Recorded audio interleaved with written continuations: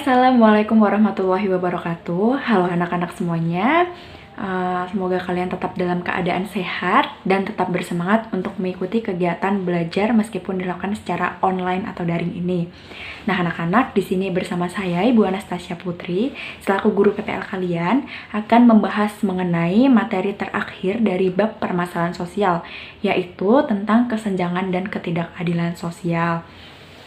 Nah, anak-anak, kesenjangan dan ketidakadilan sosial ini merupakan bagian dari permasalahan sosial. Seperti yang kalian telah ketahui bahwa masalah sosial merupakan suatu kondisi yang tidak diinginkan oleh sebagian besar masyarakat karena dianggap tidak sesuai dengan nilai atau norma dan harapan atau standar sosial yang ada.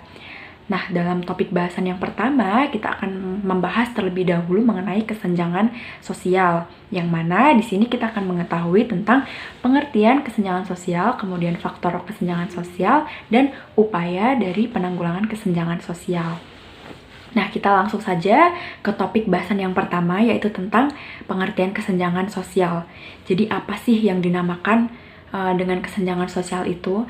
Jadi kesenjangan sosial merupakan kondisi ketimpangan atau ketidakseimbangan yang terjadi di dalam masyarakat karena adanya perbedaan status sosial dan status ekonomi.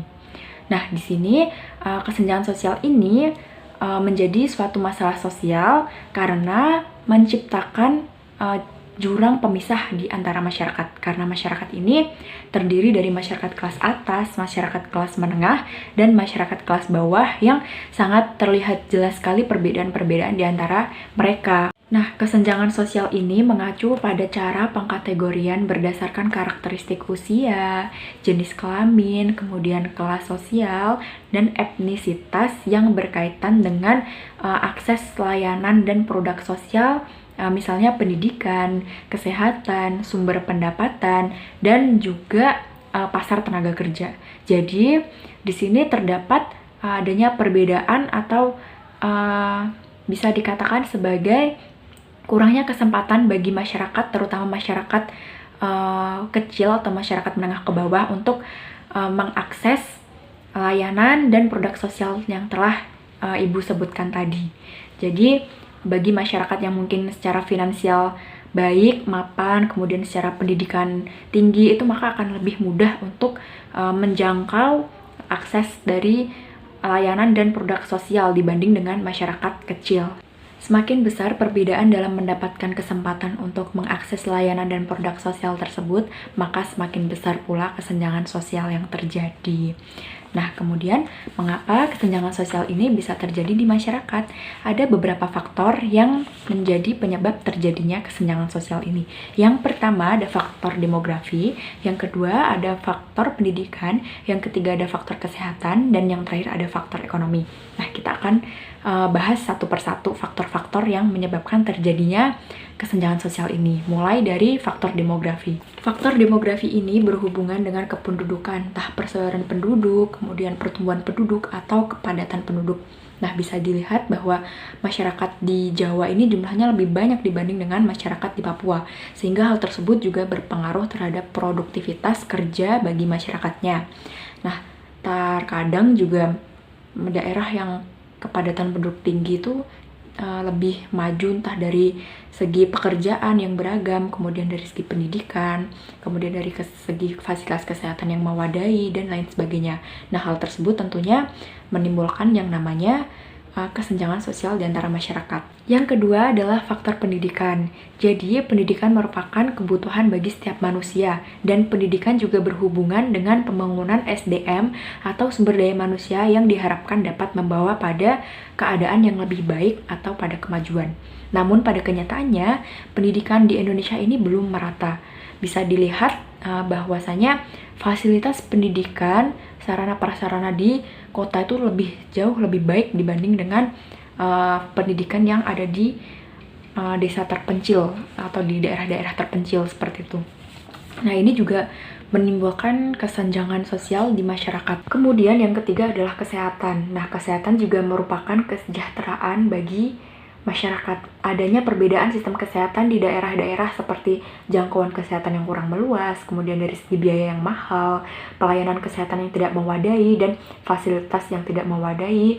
Hal tersebut juga dapat menyebabkan adanya kesenjangan sosial dalam masyarakat.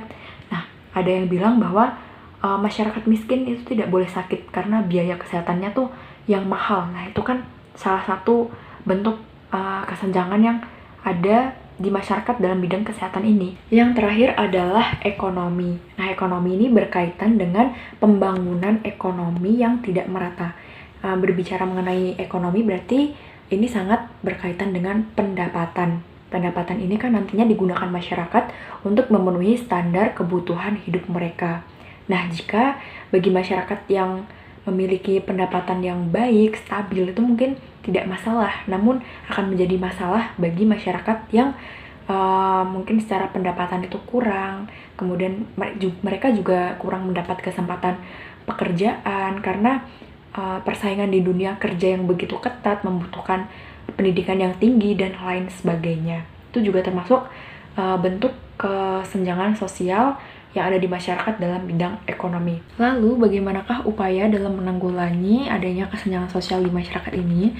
Tentunya ada beberapa upaya yang dapat dilakukan dalam menanggulangi kesenjangan sosial yang terjadi di masyarakat. Yang pertama adalah program terpenuhinya kebutuhan dasar bagi masyarakat miskin atau masyarakat kurang mampu. Jadi, program ini harus benar-benar ditujukan bagi masyarakat yang membutuhkan. Yang pertama ada pendistribusian raskin atau beras miskin. Kemudian adanya penyediaan rusunawa atau rumah susun bersewa. Kedua hal tersebut kan merupakan kebutuhan pokok, kebutuhan dasar bagi masyarakat mulai dari pangan, tempat tinggal, atau mungkin pemerintah bisa menyalurkan bantuan-bantuan lainnya yang dapat membantu masyarakat kecil. Kemudian yang kedua, memberdayakan usaha mikro, kecil, menengah, dan koperasi atau UMKMK.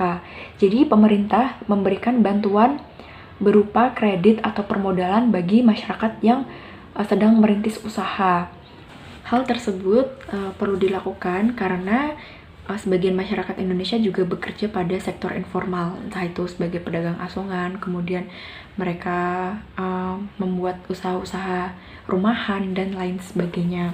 Kemudian yang ketiga adalah menerapkan kebijakan yang bertujuan untuk mengikis jarak sosial.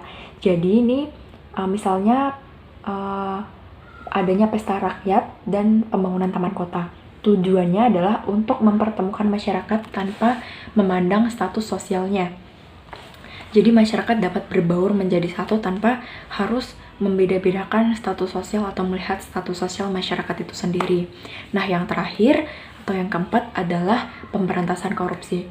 Korupsi ini sering sekali terjadi di Indonesia sehingga anggaran atau dana yang seharusnya diperuntukkan untuk masyarakat atau pembangunan daerah justru malah disalahgunakan oleh oknum-oknum tertentu untuk kepentingan individu maupun kepentingan kelompoknya. Nah, itulah anak-anak pembahasan kita mengenai kesenjangan sosial. Ibu harap kalian dapat memahami materi yang Ibu sampaikan dan kalian bisa mencatat poin-poin penting dari yang Ibu sampaikan.